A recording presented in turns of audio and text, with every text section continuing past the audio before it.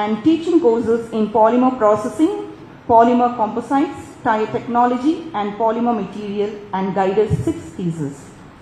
Honours and awards acquired includes Fellow of Indian Rubber Institute, Student Innovative Project CTDT, Anna University, Giri Brothers Best Project, Anna University, Young Scientist Fellowship, Tamil Nadu State Government, Council for Science and Technology, Chennai.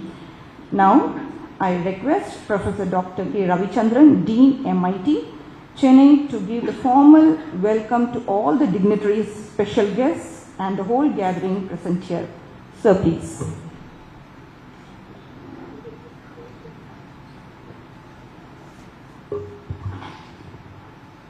அனைவருக்கும் வணக்கம்.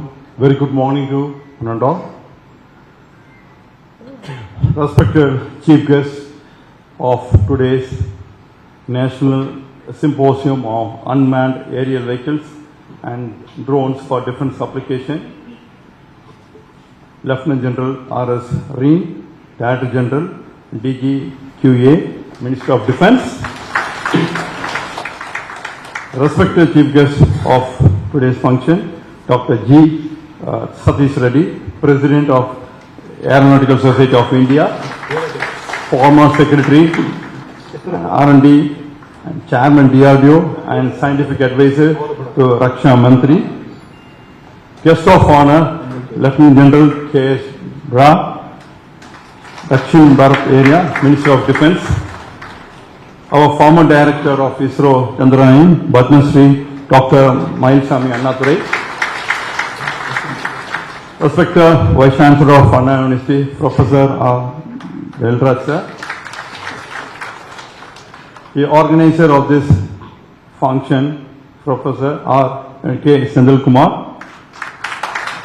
and all the dignitaries on the dais and off the dais. A very good morning to one and all.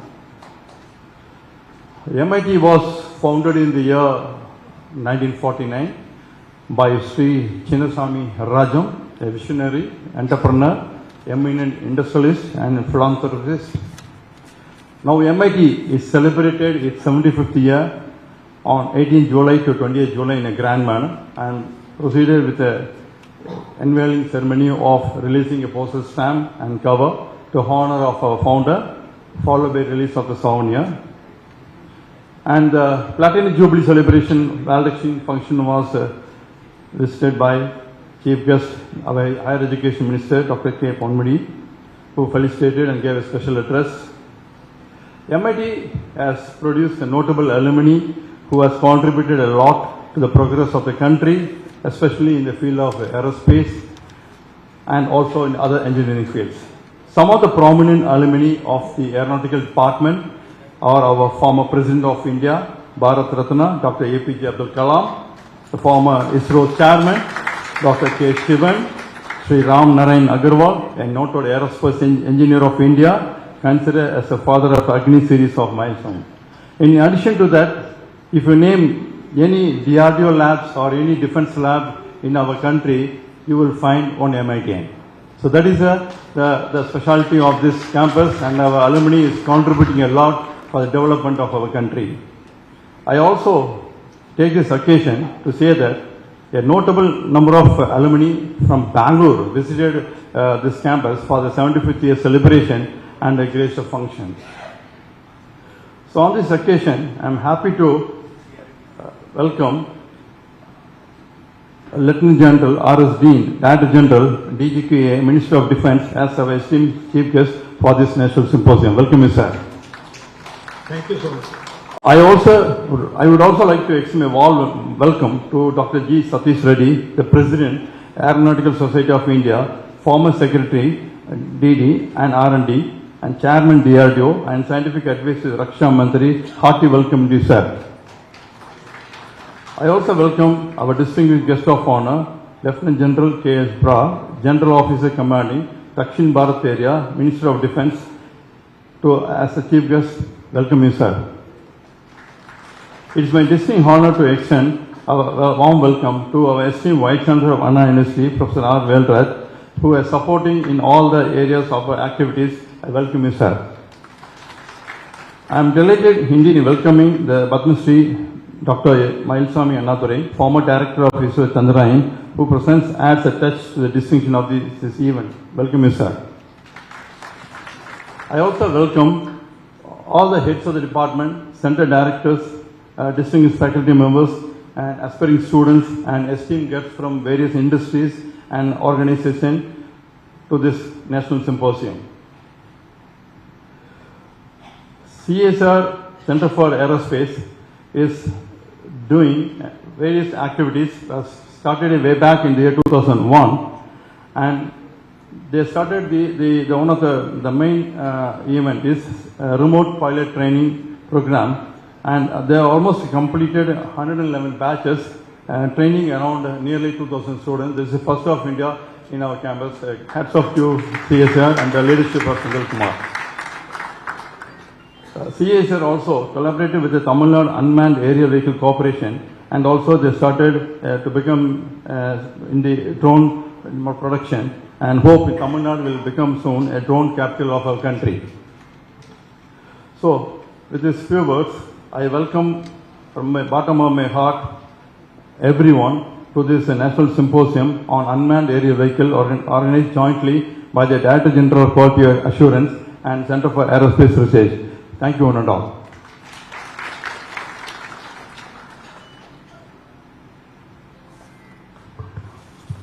Thank you, sir. Thank you very much for your welcome of all our dignitaries and all present over here. Now, I request our senior STO for giving presentation to our Dean. Please.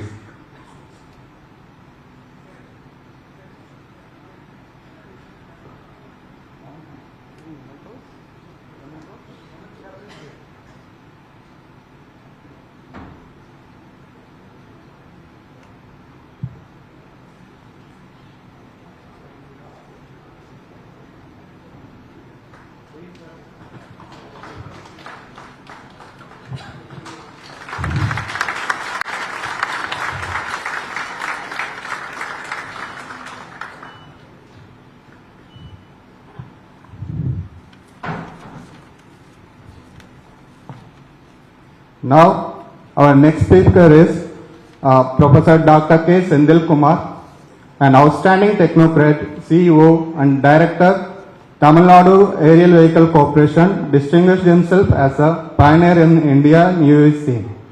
He has made possible the lab to field research contribution, especially from universities in the field of unmanned aerial system, popularly called as drones.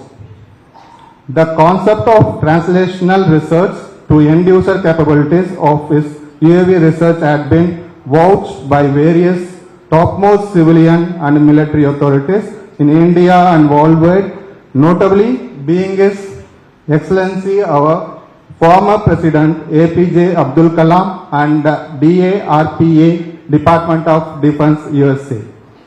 The exceptionally innovative researcher and educator is capable of transforming the Indian UAV scene to that of a vibrant and potential competitor with the world players, thereby making India the drone hub for the world. His contribution towards rise of drone awareness and drone entrepreneurship in the country was commenced well in early 2005, and his commendable achievements in the field of drones, agriculture, water resource management, smart city, town planning, mapping and preservation of natural resources, defense systems, and the list is endless. Dr. Senthil Kumar is also heading the UAV pilot training program through CASR Remote Pilot Training Organization RPTO, first of its kind in India, to the community as per the norms of DGCE. Dr. Senthil Kumar's notable achievements are, he has created the UAV lab facilities, 6 numbers in Tamil Nadu, number of patents he is having is 8, and international conferences 43, international journals 33, and research scholars guided 17, MOU signed 8. Now, I request Dr. Senthil Kumar to enlighten the audience about CASR on drone ecosystem, please. Good morning all on the dais and off the dais. See, we started our research in the drones in the year 2004.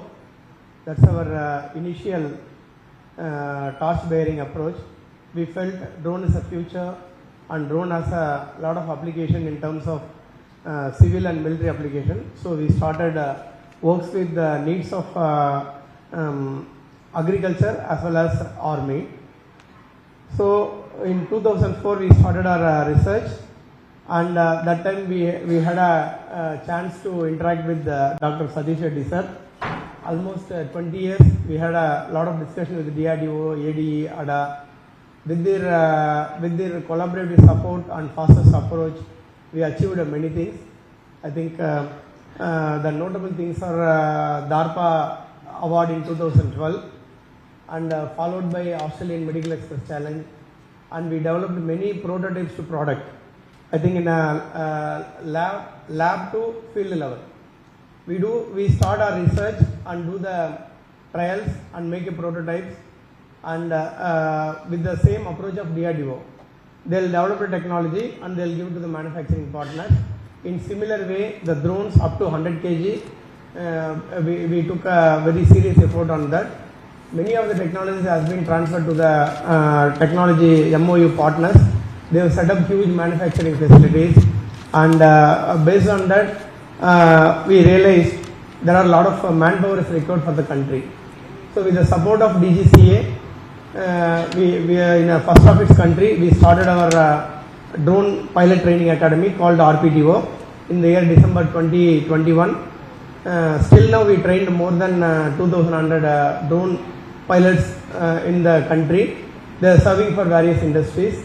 And apart from that, other achievements we have a lot of world class competition. We won the competition, and we have many patents in the credit of Anna University, particularly for multicopter, and we could see the VTOL fixed wing. It's our patented product.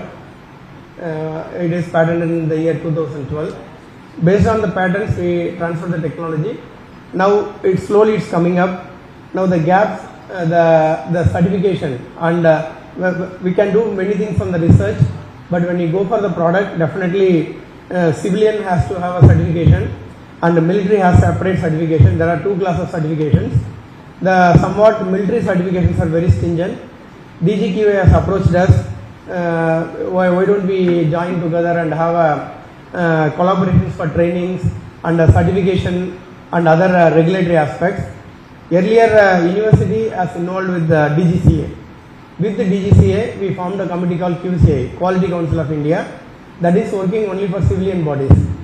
So, from Anna University, I am representing as a chairman technical committee for Quality Council of India. The committee does about certification schemes for civilian drones. Till now, we certified about 70 type of drones. About some 17 companies, 70 drone types are ready to manufacture. We given approval. In past 2 years, with the support from Anna University and Center for Aerospace Research, we framed the guidelines for civilian drones. That is how to manufacture the drones, what are the tests to be carried out, the vibration test and maybe aerodynamic test and boundary conditions, starting from R&D and end to the production stage. If they make one drone, it should be unique for next 1,000 lots. Then based on that, DGCA will give the UN, the unique identification number. In future, with the support from DGQA, we will also frame some guidelines for military drones.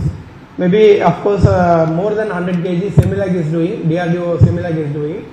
We are taking care of up to 100 kg drones. A lot of improvements are required. That we are addressing a gap between the industry and the research and the end users. That is the purpose of this symposium. With this note, I just request Maran to run a 3 minutes video about our center developments.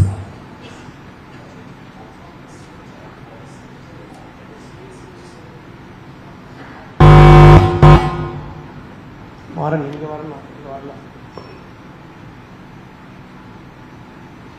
do it fast. So we have our research center and we have our prototype laboratories and we have our manpower training, that is Anna University created an autonomous center called Center for Aerospace Research to promote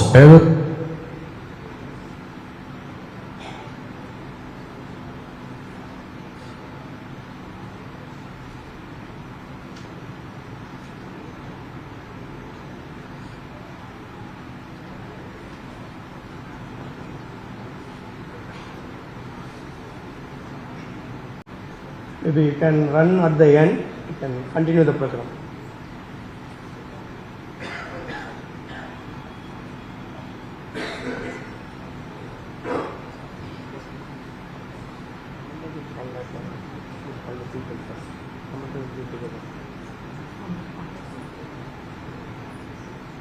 Thank you, sir.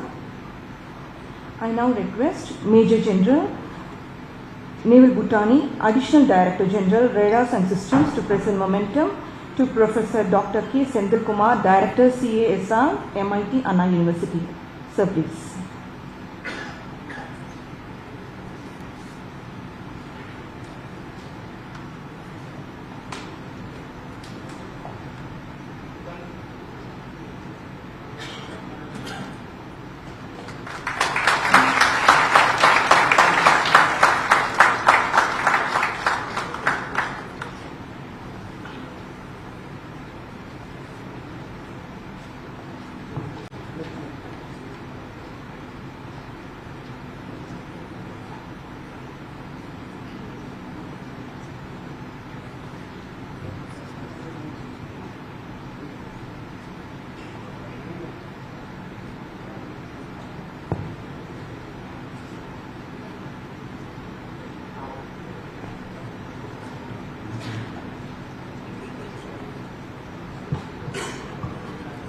Now, it is time to introduce our chief guest, Lieutenant General R.S. Reen, DGQA.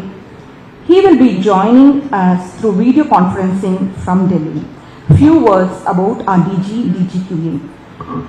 He is an officer of 1986 batch. Lieutenant General R.S. Reen is an alumnus of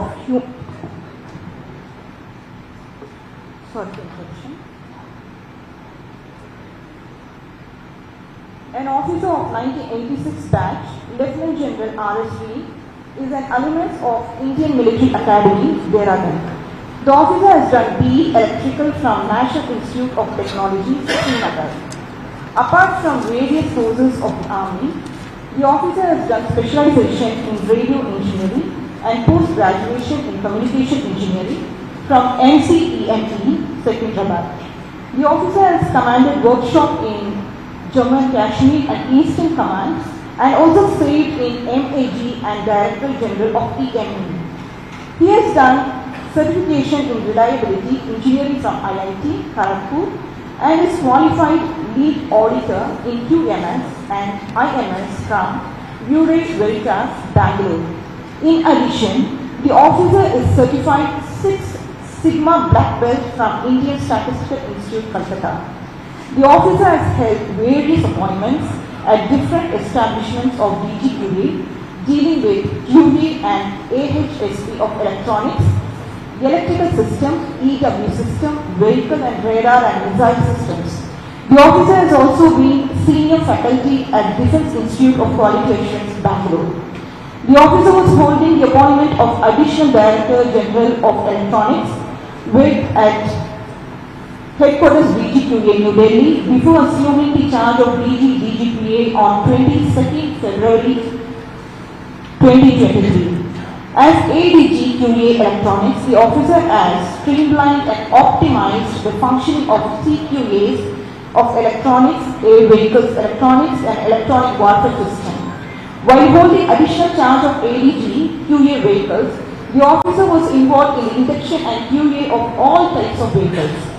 He has been instrumental in formulation of reports for various studies conducted by different agencies and implementation of various reforms under DEP, Raman Puri Committee on Study of OFs and DGQA, restructuring and refining of Defence Institute of Quality Assurance functions, QC and study on QA reforms, study on QA reforms under the aegis of NSCS, study on relevance of HSP for defense stores including implementation of single point HSP to facilitate industry and user, refinement of testing methodology with CD drive, directorate, formulation of apex level framework document for quality and reliability of land systems and preparation of comprehensive quality assurance guide. Study on DGQA restructuring and interfacing with National Productivity Council for the reorganization of DGQA to enable more effective and efficient services through equipment-based single-point context and consolidation of regional QA establishments. He is presently spearheading the implementation of Industry 4.0 and its integration with Quality 4.0 by DPSU and major defense industries as a part of DDP reforms. I now request our Chief Guest, Lieutenant General R.S. Ring, DGQA, for inaugural speech. Sir, please.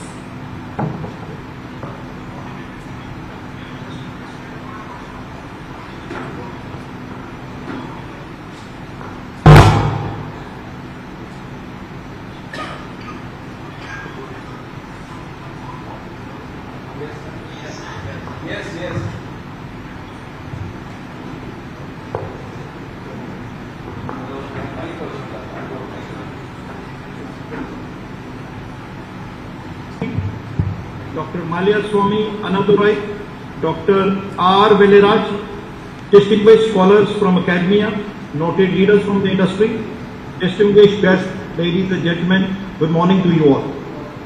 It's indeed an honor and a privilege to deliver an inaugural address on this national symposium on UAVs and drones, being jointly organized by DGQA and Madras Institute of Technology.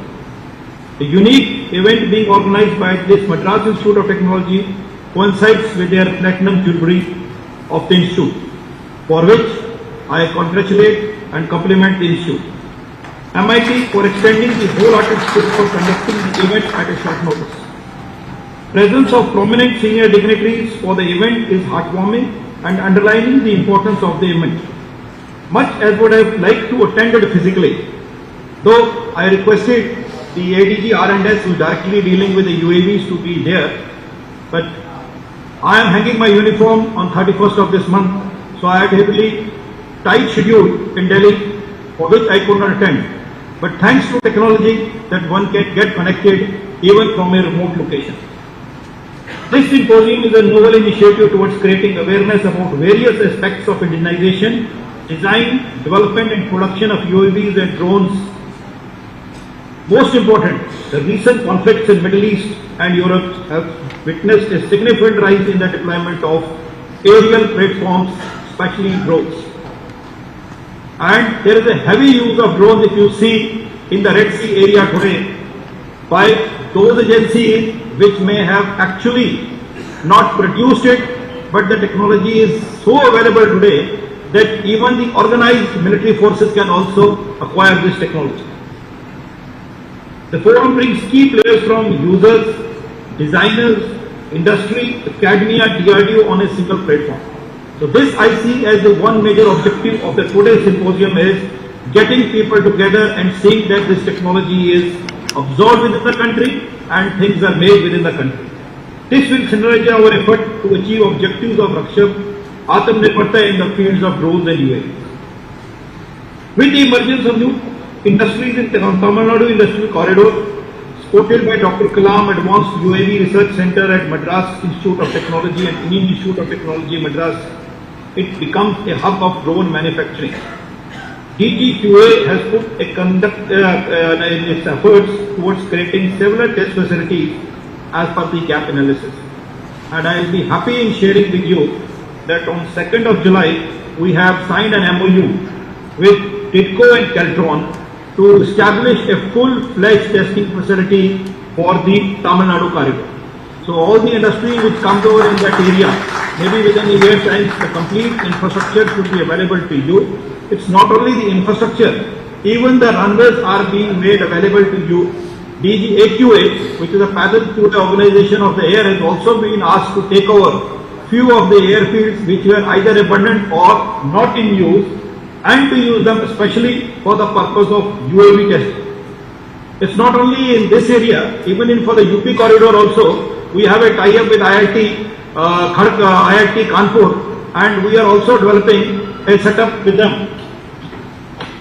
So that understanding that the drones are going to be there for a long time, that this technology is well developed within the country and it is used for the country. In order to achieve true Indigenization, it is imperative that the talent pool of IIT and MIT in harnessing for the industry to develop critical technologies, so that our dependency on foreign OEMs is reduced. While the government is committed to handle the defense industry, there should be a combined effort to ensure that military stores being supplied to our forces meet operational requirements and are ruggedized enough to achieve desired quality and reliability. We must keep pace with the latest technology advancements made by our adversaries and aim to match up to the best global standard as the industry matures. Couple of years back, when I was the controller in Bangalore, it was first time when we started testing the indigenous drones which were being used for our use by the field units. But the challenge which I faced at that time was that we did not have a standard which we could refer for testing of the UAVs. I don't name the companies who came to me, but we refined and could come up a standard to which we could use for testing of the drones, because prior to that we were only using the drones which we had imported, and we were dependent upon whatever technology came into our hand. Now, in last 1 year plus, we have refined the standards. We also spoke to the Drone Association of India, collected all the materials, information, DGCA, and wherever it was possible to collect the information, and I am happy to share with you that this standard has now been formulated and it is under publication in Directorate of Standardization, in which DGAQA, DRDO, everybody has come forward as part of that committee. Now this standard should become the basis which can help the industry in saying that whatever the tests which are applicable to you and the tests which are applicable both the drones which go in for the commercial applications and drones which go in for the military application. Now the only word of caution as far as the drones are concerned, more so with the military technology, is, gentlemen, whatever flies has to have a flight path. If it has a flight path, therefore it has a communication link. Now if it has a communication link, then there are every chances that this communication link will be breached. Therefore it's not only the drone technology, but it is the anti-drone technology also, which is very, very important, very critical, and has to be parallelly developed as far as the military drones are concerned. Otherwise, we will have a major problem in using, deploying, and getting the tangible results from the drones which we are using. A couple of days back, a group of UAV manufacturers came to me, and their one problem was proliferation of the components which are being used in the UAVs. Now, gentlemen, if I do not develop a technology, and if my technology is not mature, my dependency for critical components will be on import. And we all understand that the sources for these imports are limited to very few countries. And it's always and highly possible that an active component will always have a link, or the information can go to a server which is in a host country, and which makes us most vulnerable. Now, seeing this aspect, we are also in the process of setting up a product testing lab and a software testing lab within the resources of DGQA. The government has already given us a sanction of 130 crores, in which 3 labs will be set up in Sikandrabad, Bangalore and Delhi. And by this, we will be able to arrest this problem to a large extent. And our co-partner in this is DRDO, who is giving us the technology and guiding us to establish these test facilities in DGQ. My only request to the industry representative is, gentlemen, whatever you make and whatever goes for defense applications specifically I am mentioning, please share the NSN codes with us so that at least we are aware the source or the country of origin from where some technology may have been adopted. And I agree, everything cannot be made in the country. We will have our dependency for a very long time on some of the critical components, maybe on the ICs which we are getting, but we should be sure enough that this is of use or it can be of harm to us. I also take this opportunity in sharing with you some of the initiatives which we have taken. Last week we had a major webinar for the industry. I am sure some of the people may have attended it, but to put the picture or streamline the things, we have made various documents. Some of them are like the framework document which helps you at the RFP stage. We have standardized most of the documents which the DGQ is dealing and helpful to the industry. Almost 170 plus standards have been made in last 1 year plus. We have also created the regional directorate for quality because the major problem which the industry was facing was in the bulk supply of stores. So there is one area where people can be contacted, like complete Chennai area is now covered by a regional QA, and it is not only specific to electronics or vehicle.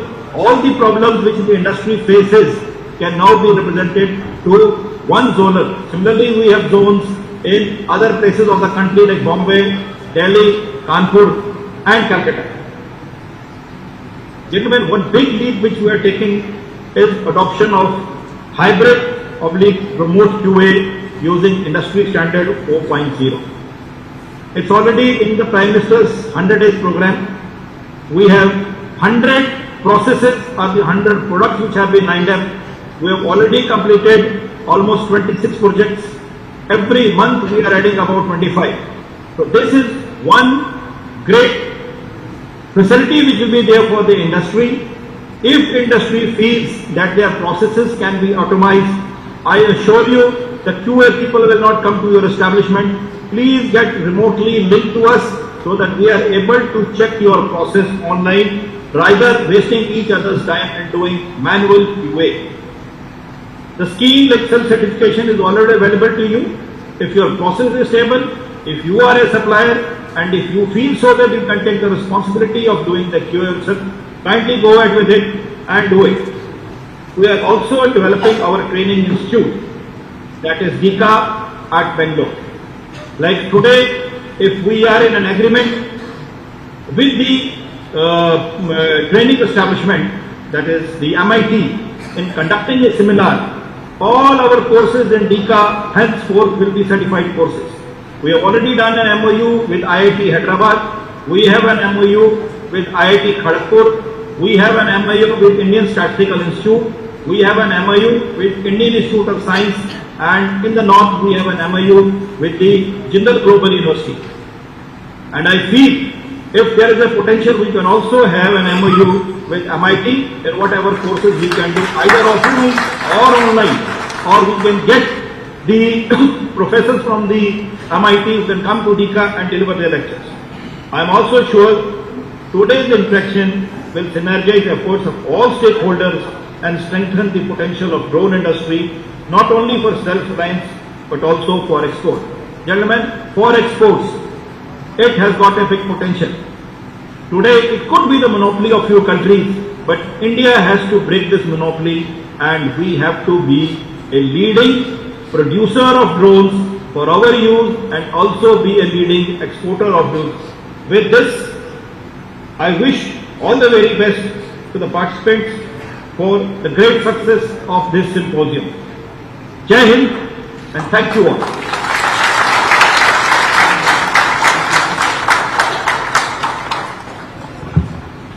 Thank you very much, sir. Today we had an opportunity to hear your thoughts, and this will surely be going to encourage us in the future. Your thoughts have enlightened our minds and have shown us a new path. Thank you once again, sir. Ladies and gentlemen, Our next speaker is prominent and well-known personality, Dr. Satish Reddy sir, the former chairman of Indian Defence Research and Development Organization DRDO and scientific advisor to the Defence Ministry. Dr. Satish Reddy sir, a renowned defence and aerospace scientist, acclaimed for his significant contribution to defence R&D and technology leadership spanning several decades. Yes, sir. Thank you.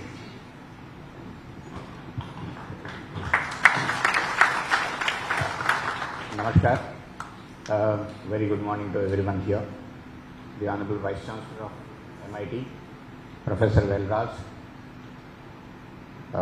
my friend GOC Dakshin Bharat, General Brar, and VC who has come just now, General Reen, Dr. Annadurai, Professor Ravichandran. Then we have here the Director of CVRDE, Avadi, Chennai, who makes the tanks, Dr. Rajesh and his Mr. Balumurugan, the professors from IIT, Chennai and other academic institutes who are present here, and industry people who are present here from drone industry and other industries, and the Major General Bhutani, I forgot, sorry for that, and then the armed forces officers who are present here. Once again, very good morning to you, all of you, and namaskar to you. At the outset, let me congratulate MIT and Professor Senthil, the man who is behind the whole activity for the last more than a decade. Appreciate them for this event to be held here and mobilizing all the people and mobilizing all the industries, and also appreciate DGQA for taking the lead role in joining with MIT and conducting this symposium Monday. Firstly, coming to MIT and Professor Senthil, I know them for more than a decade now, and they have been in this area of the drones, probably the very first people in the country who started their research and trying to develop drones for variety applications. I think the first one what I saw at MIT was a tethered drone. That's the first, I think, what they've made, and try to go ahead with that. In fact, I remember in the year 2015 when our former president Dr. APJ Abdul Kalam passed away, and that time when right from Prime Minister to Raksha Mantri and everybody has come to Rameshwaram, these tethered drones from MIT were used for the surveillance of the whole area. That is what I remember the time. And then later, when again they came for the inauguration of the memorial at Rameshwaram also, again the police of Tamil Nadu has used the same tethered drones for the surveillance of that area. That is the way the activities I remember went on, developing varieties of drones and a lot of research going on. We could see in the laboratories here also. And then they have also trained lots of people in the country in the drone technologies and nurtured many of them to come out with varieties of drones, and they themselves made many drones, varieties of drones, and transferred technology to many industries here. So once again, heartiest congratulations and appreciation to MIT and Professor Senthil for that. Coming to the topic of unmanned aerial vehicles and drones for defense applications, when we talk about it, it ranges into multiple varieties of drones, UAVs or unmanned aerial vehicles. When you talk about drones, right from micro drone, which is a very small, maybe about 50 grams sort of a drone, to a drone having a payload of probably 100-150 kgs is the varieties of drones what we talk about. When we say very small applications of 50 grams, they have lots of applications of surveillance and also some of them are for the anti-drone applications. When we talk about very large drones of 100 kg and 150 kg, it is one actually Honorable Prime Minister Sri Narendra Modi ji who has been actually advocating and requesting the industry and other people to come out with drones for the mountain regions for the transportation of commodities. When you have from mountain one station to another station, actually if you have to go on road or other way around, it takes a lot of time, and you have to go down the valley, again climb up and all that, whereas actually aerial distance must be about 10 kilometers, 15 kilometers, 20 kilometers. So the day-to-day commodities, vegetables and whatnot, why don't you transfer and why don't you use this? Where about roughly about 100 kgs of payload capability is there. Somebody can develop this and deploy, operate also is one of the things. Second is air ambulance is another thing. In fact, one of the Pune firm has worked on it, where an ambulance is created on the drone and trying to take it up. This is one way. Second is primarily when particularly in the armed forces and defense, when you look for the drones, leaving aside the payload and other things, so I'll come to that little later, primarily the endurance is what matters. That's one of the important things where you are looking for 4 hours, 5 hours endurance is one thing what you look for, whether it is for a surveillance applications or for a loitering munition also, you look for that. This is another classification what you can say, which because many of the drones what we see are about 1 hour, 1.5 hours type of endurance. Some people have come recently saying about 2 to 3 hours also they will be able to do with a reasonable payload. And again in this drone, particularly when we talk about armed forces, is high altitude applications. When we talk about it, when we are going to 15,000 feet, 18,000 feet in the areas of northern Himalayas, and then you are flying over those zones, you have to be at least about 24, 25,000, 26,000 feet and have these capabilities of this endurance and also payload is another important thing what the designers have to do, and that is the classification what it looks. On the other side, when you talk about it, unmanned aerial vehicles, again the larger fellows come, where the male tail comes, medium altitude long endurance UVs, which generally about say around 30,000 feet or something like that, or 32,000 feet, and having an endurance of roughly about 24 hours, and which some of the payloads what are required is one application.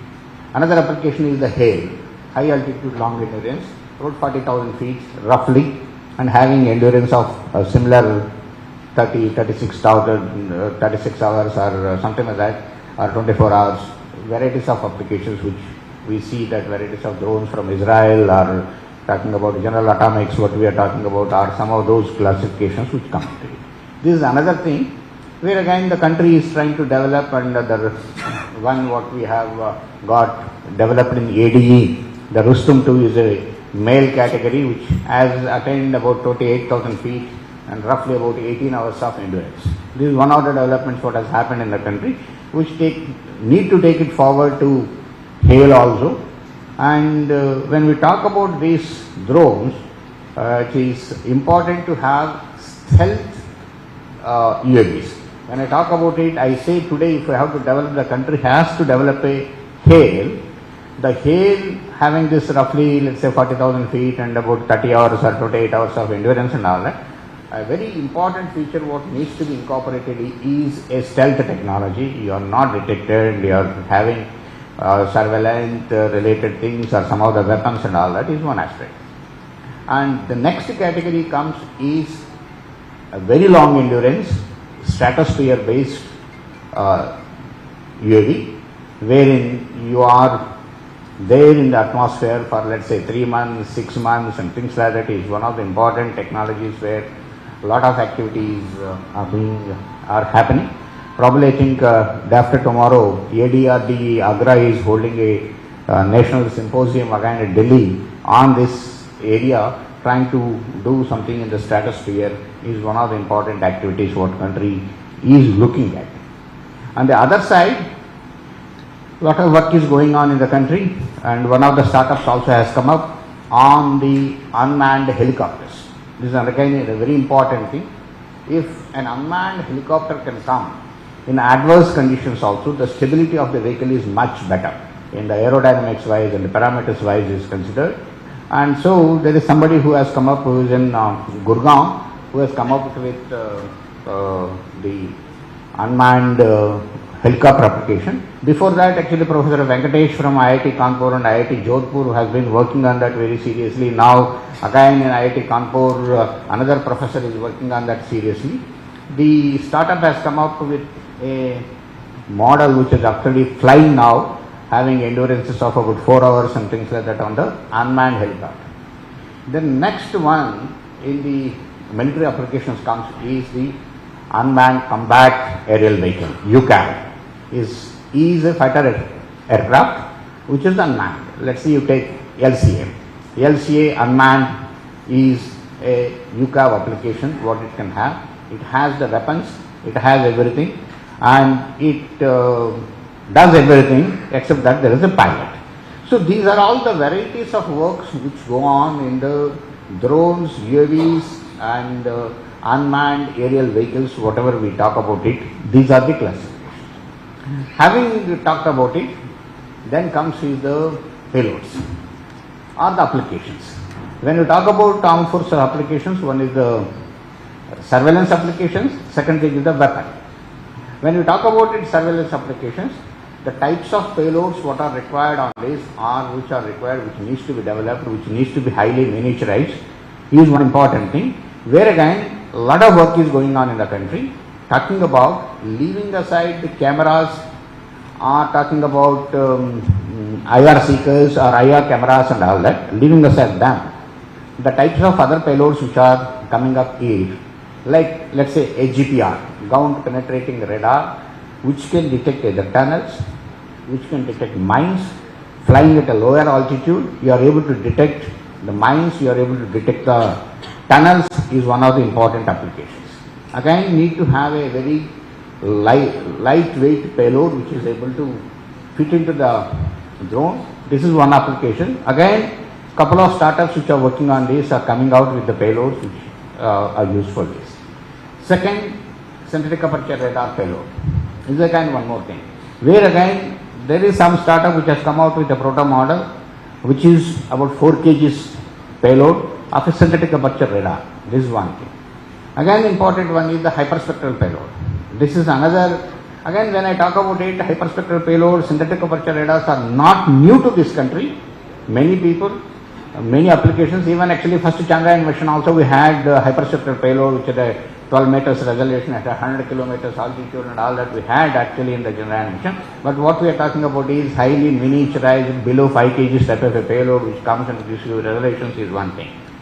Then again a P-band payload which is required for the surveillance application. So these are all the types of surveillance payloads which need to be developed here in the country, which can be utilized, which can be used for the surveillance from the drones and from the UAVs which are male and tail, or maybe the Rustum 1 class of a category which flies at about 12,000 feet or 15,000 feet, no 20,000 feet and having an endurance of about 10 hours, 12 hours sort of a thing is another important activity. So these are all the varieties of payloads which are required to be developed here in the country, meeting the requirements. Then comes again is as weapons. Weapons is one thing, a suicidal drone, where the drone itself has a payload, and then you are loitering, you identify the target, then based on a command or you have autonomous mode where you are able to decide and which is the target and all that, you are able to attack and directly attack it, and you are a suicidal drone. This is one application where again couple of industries have worked on it. In fact, Army has tested a couple of them and in the process of inducting a couple of them, and a lot of other technologies are being developed with multiple capabilities in this is one area. Third one is drone based weapons. You have weapons on the drone and release the weapons, let's say a dumb bomb, or you are talking about a guided bomb, or talking about a guided missile, is another application which are again highly miniaturized with having proper seekers, whether RF seeker or IR seeker or whatever it is, and command based and navigation, whatnot and all that, based on that you have these weapons which are required, which world is seeing, which again India is also has worked on it and working on it and trying to develop. So these are again other varieties of weapon. The drones which are weapons or drone on which weapons are mounted are the types of drones which are required in the country. These are again another varieties of things which need to be developed. Which work has started, work is going on, and reasonable amount of development has happened in the country. Lastly, when we talk about drones, how much is the indigenous content in the drones is one of the important aspects all of us has to look at it. Particularly when we talk about the motors, the controller, and talking about the energy storage. These are the three things which are primarily many of the drone companies in the country which are importing today.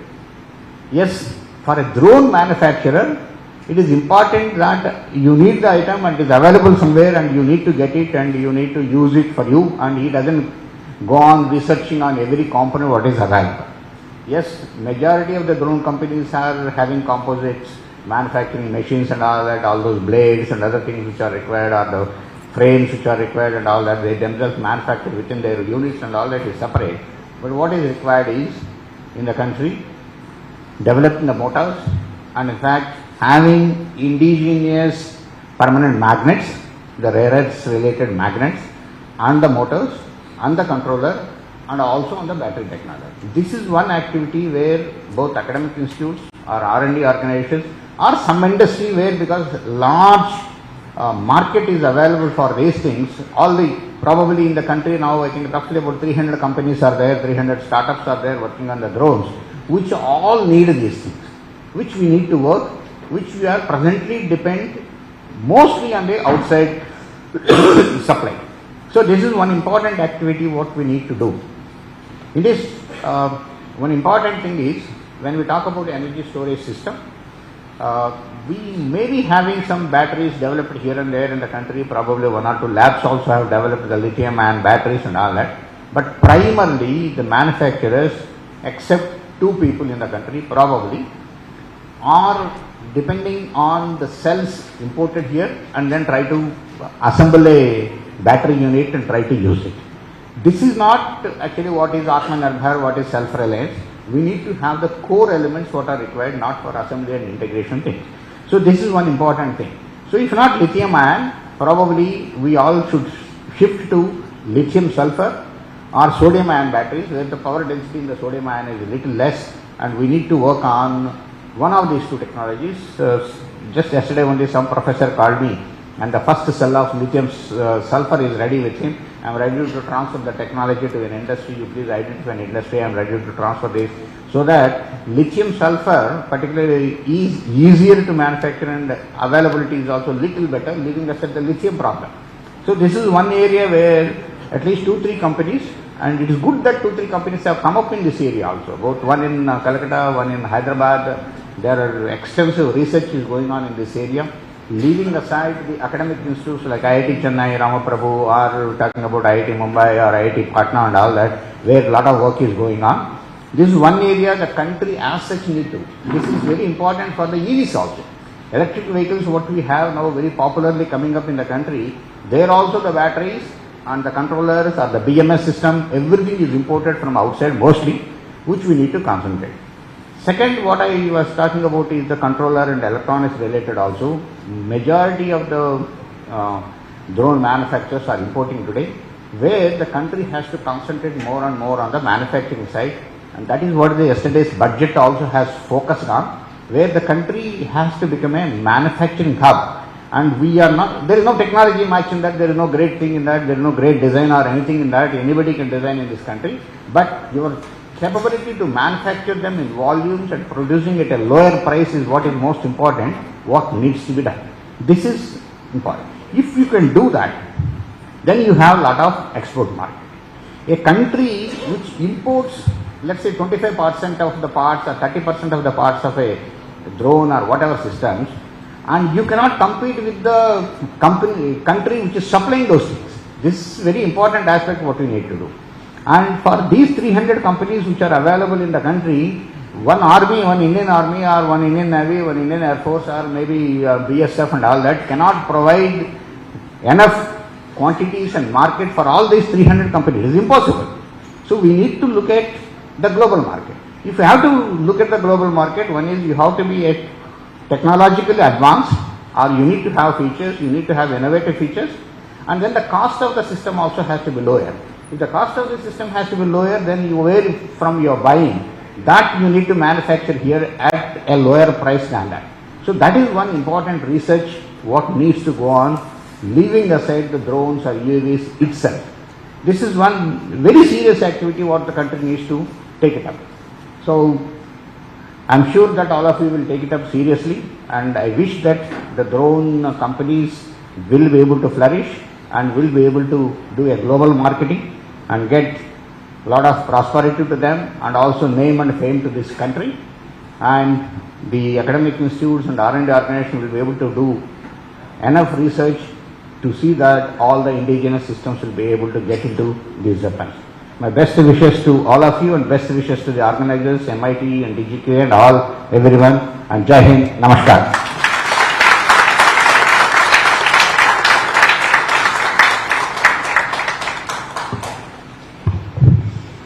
Thank you, sir. Now, I request Padma Shri Dr. Mailsami Annadurai, former Director ISRO, Chandrayaan, to present the momentum to Dr. G. Satish Reddy, President, the Aeronautical Society of India. Sir, please.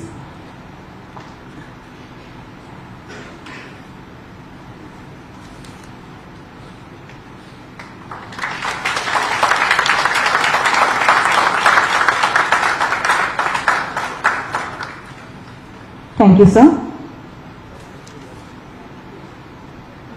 Now, we feel honored to have with us the prestigious guest of honor, Padma Shri Dr. Mailsami Annadurai. Padma Shri Dr. Mailsami Annadurai is a distinguished space scientist of international repute. He has served in Indian Space Research Organization ISRO for 36 years, contributing to more than 60 satellites made in India. During his tenure, 2015-2018, as Director of the ISRO Satellite Center, Dr. Mailsami Annadurai led more than 3,000 strong scientists and engineers to make and launch a record number of 30 state-of-the-art satellites. Prior to that, he led two of the most significant achievements of ISRO, namely Chandrayaan-1 and Mangalyaan, Moon and Mars missions, as Project Director and Program Director for the respective missions. I now request Dr. Mailsami Annadurai to deliver the inspirational speech.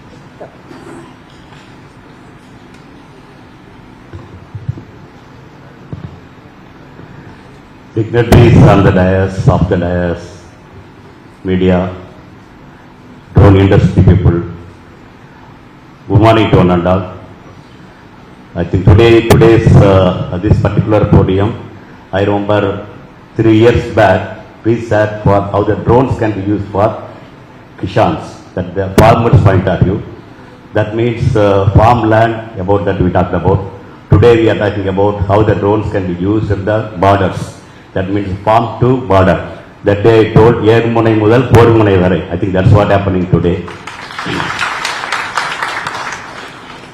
And both the things, it's a really a pivotal is MIT, Anna University, spearheaded by Dr. Senthil and the team. It's a really, we feel really being an Indian, being a part of this particular team is really enjoying.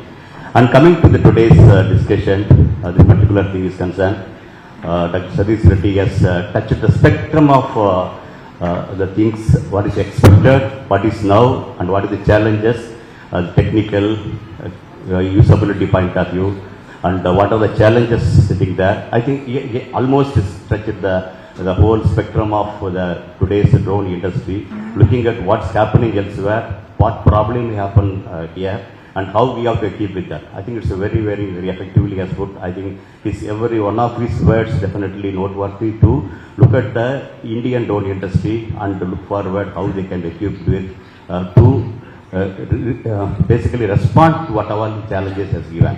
But now, beyond that, now looking back here, yes, especially I came from the space industry.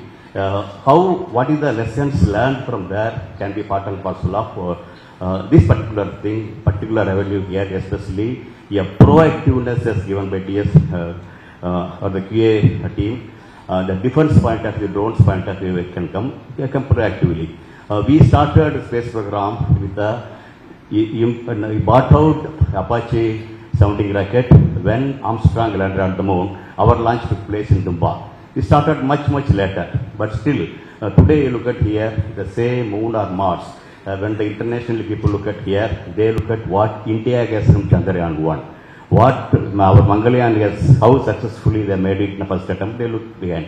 So that means we have passed forward along, and today we have come on the front runners of the space around is concerned. But they didn't come without a learning. It has its own hitchback, its own falling, and it's starting there.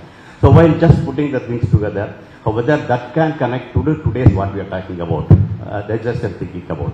So look at here, originally the space program is specifically meant for the societal needs, where be it the communication, be it the remote sensing, be it the meteorological satellites. But what happened, it's a passive the satellite transponders working. Today we are seeing hundreds of television channels, but we started with the 1 channel or 2 channel like that. Passive transponders, but the transponders are passive, yes, it was doing our purpose. But there came an issue. Just I'm putting few examples. Probably that has to be needed to see when we are making our own drones. One side indigenously we are making, but another side the quality assurance. Not only that, it's reliably working, and it should not be in the hands of somebody else. The lessons learned, just I'm putting it here. So once we saw one of the transponder which was vacant, being used by somebody, unauthorized person started using the same transponder. So this is an eye-opener. Okay, that means we are putting the satellite enabling our Doordarshan channel to go look and conquer of India. It is doing its purpose. It's doing its purpose. But it also allowed somebody else unauthorized way to broadcast the same similar thing there. That means there was a loophole which needs to be plugged.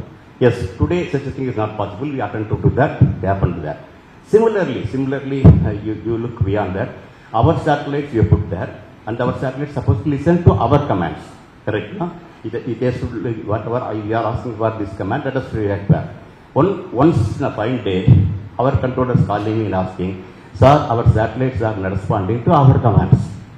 It's really surprised. Whatever it's that, because it started listening to somebody else what he is telling. Okay, there is a loophole sitting there.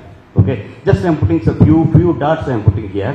You can connect the dots such that such a thing is not happening to our drones what we are going to make today. I think that is the thing I am trying to put the thing. One is reliably making intentionally what you want to do is okay, but what you don't want to do also it should not give the way. It's not give a place. It not give an opportunity what it's not supposed to do also. I think that also we have to do. That means you have something called positive test in quality assurance will tell. Something called negative test also it's called a war. That's what I'm trying to put. Similarly, this is nothing called in the arena, nothing called war front. You know that GPS is available to everyone. But one fine day, the thick of the Kargil war, it was denied. And I don't know our brothers how got affected. But that called for our own NAVIC constellation. And that today we are self-reliant on our own. So putting the things together. Similarly, this all are talk about communication. Similarly, we also look for a very, very minute remote sensing systems. It looking for the remote sensing system, both spatially and spectrally, we are able to give very, very finer pictures. Finer pictures of our own area, what it was yesterday, what it today. Border, what it was yesterday and today. And that we have to beam down. But let us think about this data, not only you are receiving, somebody also receives. And what is the protection you have?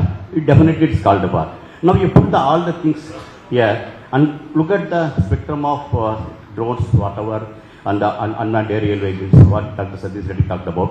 What is our answer for such a situation? Okay, whatever I told is what happens space, and today we address further. Today we can tell beyond army, beyond naval, beyond air force, even Indian Space Command also, we are also equally equipped. Okay, but that has come through over the lunch much of learning. Whether that learning, not to learn, we should be proactive.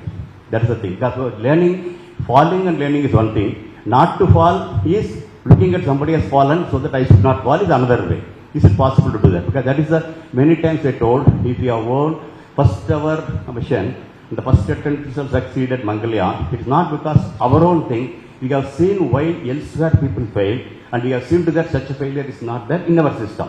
Similarly, I think what all lessons learned in space definitely can be part and parcel of the drone system, especially which goes for the defense.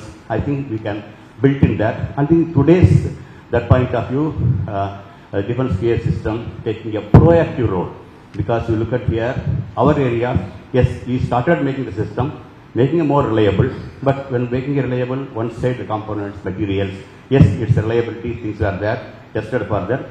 Slowly our softwares and firmwares started coming. Then the software QA and firmware QA coming here. But now beyond that software is leapfrogging, artificial intelligence is coming, and the artificial intelligence coming is supposed to learn something. It is not what you have ordered today itself, and the system is going to sit on the drone system. Already I know Senthil and the team started working for the many systems point of view, already started working there. So the system learns.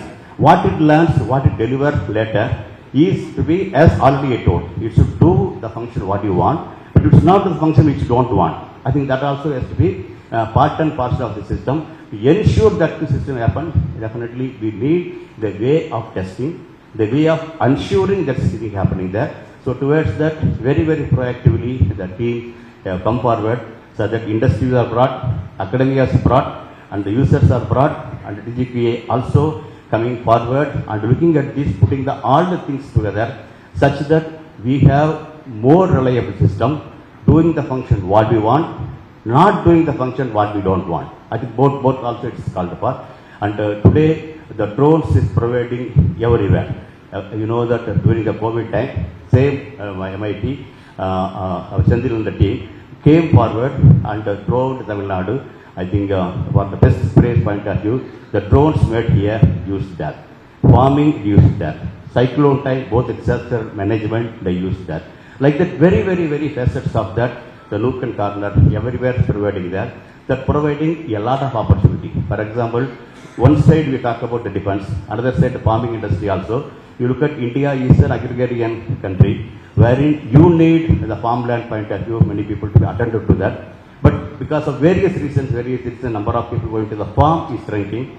And but to make that environment better, definitely this drones is one way it's keep encouraging. That can play a reasonably good role, more like a paramilitary troops. Okay, it can be used today for the agriculture. Tomorrow, if really need comes, the hundreds and thousands of the drones which are on the farmland, if it need comes to the border also, it should go. That means is it possible to have today our satellites we talk about the dual purpose. Okay, it is doing a broadcasting. It is looking at the earth, what is the weather is concerned. It is looking at our own area with the sub-meter accuracy of what was India yesterday, what was India today. It can do the same thing as I told for the border and even inside somebody's friend's home also. That means the dual purpose space is there. Similarly, dual purpose possibility of using drones also we cannot rule out. Tomorrow, good numbers called about. Definitely, you know, it's Ukraine, what's happening, you know that. Many things, homemade systems are going to the border. Nothing will stop. Our own drones, wherever being used in the other area also can be used there. Towards that, what is called for, also probably can be part and parcel of the system. That means, when we talk about some countries, they are being trained, they are being educated, not only to earn the money for his profession. If need comes, he should be ready to be a front line in the border. I think our drones also, whichever the area it works, if the need comes, we must be able to go to the border and the requirement is coming.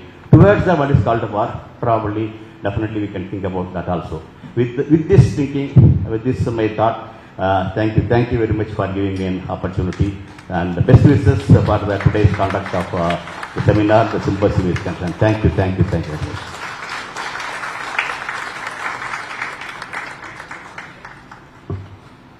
Thank you, sir. Now, I request Lieutenant General Karanban Singh Bras, sir, GOC Dakshin Bharat area, to present memento to